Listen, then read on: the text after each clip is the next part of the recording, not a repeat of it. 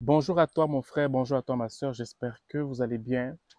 Aujourd'hui, on va parler d'une vidéo qui est très importante. Si tu es au Canada, il faut vraiment prendre le temps de m'écouter. Ou si tu es sur le point d'arriver au Canada, il faut vraiment prendre le temps de m'écouter si tu as un enfant.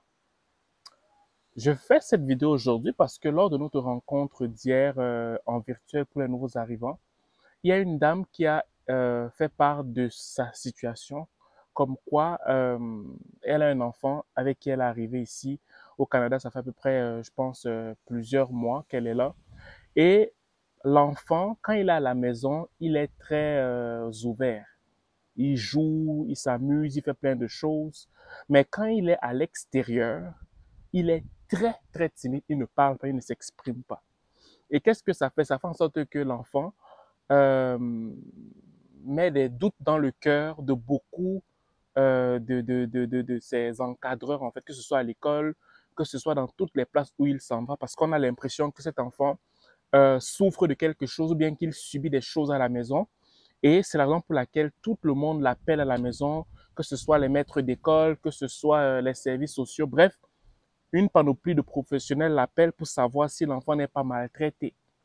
Alors que l'enfant, tout simplement, est de nature timide à l'extérieur quand il ne connaît pas quelqu'un ou bien quand il ne fait pas confiance à quelqu'un.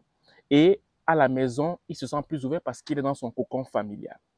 Et ça m'a fait penser à un sujet que je voulais vous parler, dont vous avez peut-être déjà vu le titre, à savoir n'accepte pas tous les diagnostics qu'on peut faire à ton enfant.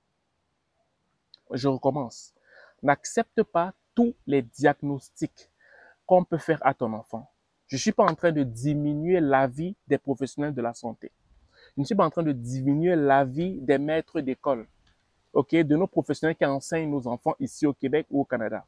Mais je dis qu'il y a certains professionnels qui se basent sur des préjugés pour pouvoir étiqueter un enfant, ok? Et l'étiquetage là, pour moi, c'est tellement dangereux. Pourquoi? Parce que ça va suivre l'enfant tout le reste de sa vie ici au Canada. Je recommence. Si tu ne prends pas position quand on étiquette ton enfant, ou bien quand on donne un avis sur ton enfant, que ce soit vrai, que ce ne soit pas vrai, tu prends d'abord position et après maintenant, vous réfléchissez sur ce qu'il faut faire sur ton enfant. Tu ne donnes pas cette position au maître de l'école ou à un quelconque professionnel, peu importe son expérience. Parce que le quelconque professionnel qui va prendre un avis sur cet enfant-là, il peut analyser selon comment lui perçoit, alors que lui il ne connaît pas l'enfant. Il a vu l'enfant quelques fois, ok? Il ne connaît pas l'enfant, il a une idée et c'est à partir de cette idée qu'il va donner un diagnostic à ton enfant. Mais toi, si tu ne prends pas position, tu te dis non, c'est quand même un professionnel, il sait ce qu'il fait et tout. Non, il dit quand même la vérité parce qu'il ne peut pas dire ça au hasard. Non, il peut se tromper. Je recommence. Un professionnel de la santé peut se tromper. Un maître d'école peut se tromper.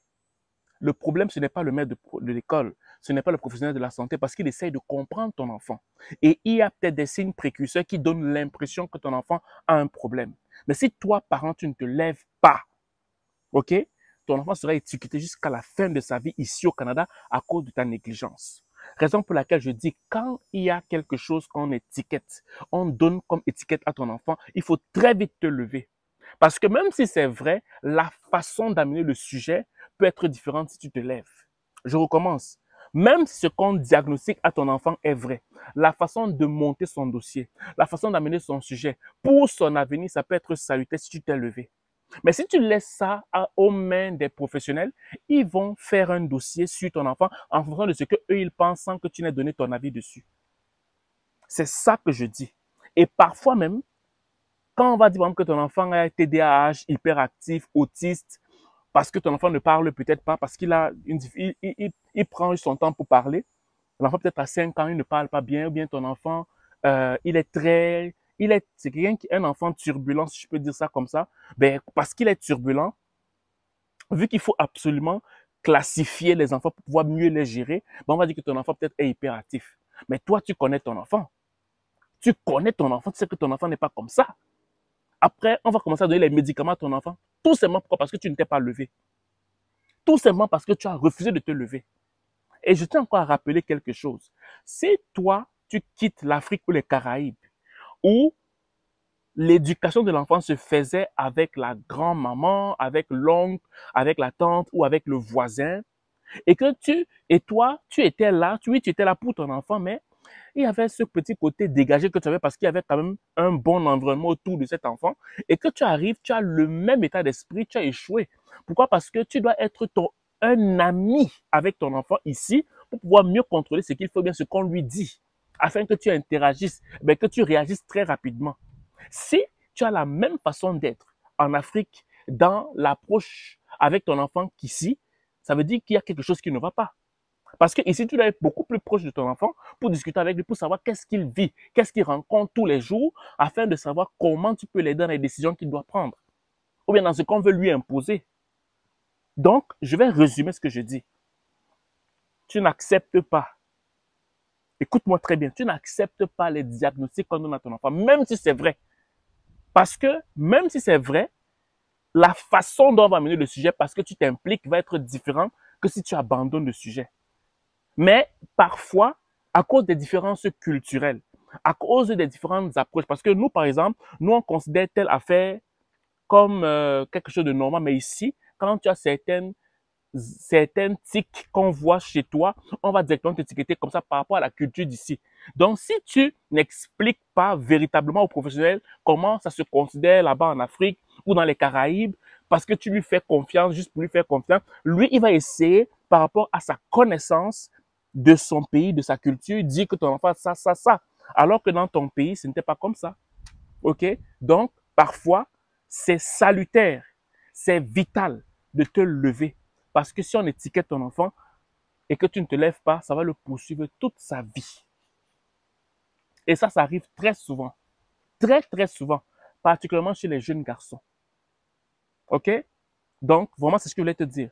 Et je voulais te rappeler aussi que nous, on fait des fois des rencontres. On fait majoritairement aux 2 semaines les rencontres pour les nouveaux arrivants. Si tu viens juste d'arriver au Canada et que tu aimerais savoir comment ça se passe dans la vie de tous les jours ici au Canada et tout pour avoir comme une avance en ce qui concerne ton intégration, pour que tu puisses ne pas tomber sur les pièges sur lesquels nous sommes tombés, nous tous qui sommes arrivés ici là, où on a improvisé notre intégration, ne te fais pas prier, enregistre-toi.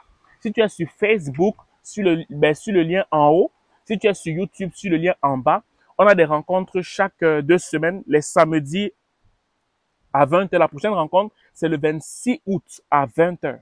Enregistre-toi, c'est gratuit, on va discuter tranquillement, tu vas écouter les expériences des autres, ça va forger ton caractère, ton homme intérieur, tu vas être prêt à confronter les réalités de ce beau pays qu'est le Canada, ok? Donc, je t'attends à la prochaine rencontre. Ciao.